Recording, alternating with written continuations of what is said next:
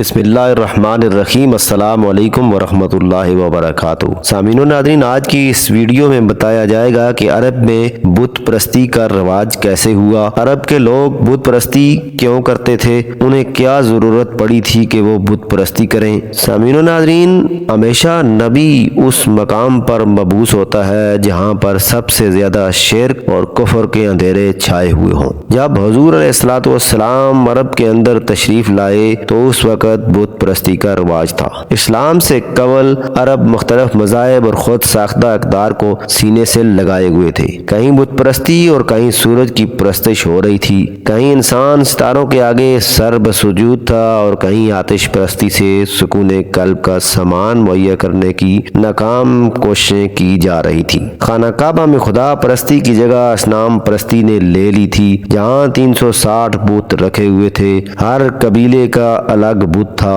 حبل، لات، منات، عزا، اصاف اور نائلہ، یعوق اور نصر زیادہ مشہور بت تھے جن کے آگے سجدہ ریز ہو کر دعائیں مانگی جاتی اور انہیں ملجا و ماوا سمجھتے ہوئے حاجت روائی کی فریادیں کی جاتی تھیں۔ اس طرح وہ لوگ معبود حقیقی کی عظمت و جلالت کو فراموش کر دینے کے ساتھ ساتھ اپنی قدر و قیمت اور دین ابراہیمی کا شرف کھو بیٹھے تھے۔ یہ وہ لوگ تھے جنہوں نے خالق مخلوق کی ابتدا اور ایک طرح سے دوبارہ لوٹائے جانے کا تو اقرار کیا مگر رسولوں کے منکر رہے۔ یہ بتوں کی عبادت کرتے، انہی کے پاس جا کر حج کرتے، نذرانے پیش کرتے، قربانیاں پیش کر کے ان کا قرب حاصل کرنا چاہتے اور عبادت کے مقامات کے ذریعے ان کے قرب کے متمنی رہتے۔ کچھ چیزوں کو اپنی تئیں حلال سمجھتے اور کچھ کو حرام سمجھتے۔ عربوں کا ایک جمع غفیر اس عقیدے کا مالک تھا۔ خالق پر ان کا جو ایمان تھا اسے توحید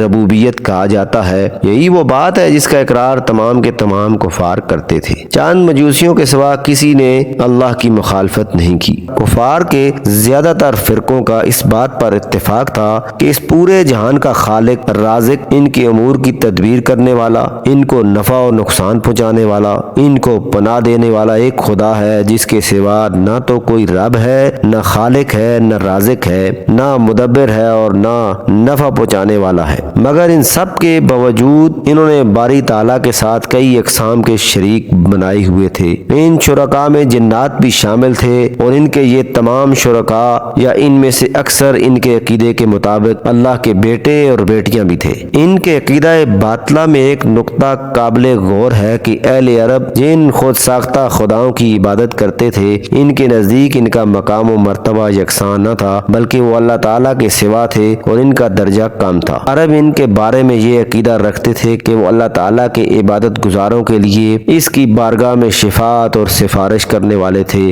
بتوں کی پرستش کے معاملہ میں ان کا اعتقاد یہ تھا کہ وہ بتوں کی پرستش کے ذریعے در حقیقت اللہ کی عبادت کرتے ہیں اور اللہ کا قرب حاصل کرتے ہیں، مگر طریقے مختلف تھے۔ چنانچہ ایک فرقہ کہتا تھا کہ اللہ تعالیٰ کی عظمت کی وجہ سے ہم میں اللہ کی بلا واسطہ عبادت کرنے کی اہلیت نہیں پائی جاتی، لہذا ہم بتوں کی اس لیے پرستش کرتے ہیں کہ یہ ہمیں اللہ کے قریب کر دیں۔ دوسرے فرقے کے بقول ملائکہ کو اللہ کے یہاں منزلت اور مرتبہ حاصل ہے، لہذا ہم نے ملائکہ کی صورت پر بت بنا لیے ہیں تاکہ یہ ہمیں اللہ کے قریب کر دیں۔ تیسرے فرقے نے یہ کہا ہم نے بتوں کو اللہ کی عبادت کے معاملہ میں قبلہ بنایا ہوا ہے جس طرح کعبہ اللہ کی عبادت کا قبلہ ہے۔ ایک اور فرقے کا یہ کہنا تھا کہ اللہ کے حکم سے ہر بت پر ایک شیطان مقرر ہے، لہذا جو اس بت کی پرستش کرنے کا حق ادا کرے گا، شیطان اللہ کے حکم سے اس کی حاجت کو پورا کر دے گا، ورنہ بصورت دیگر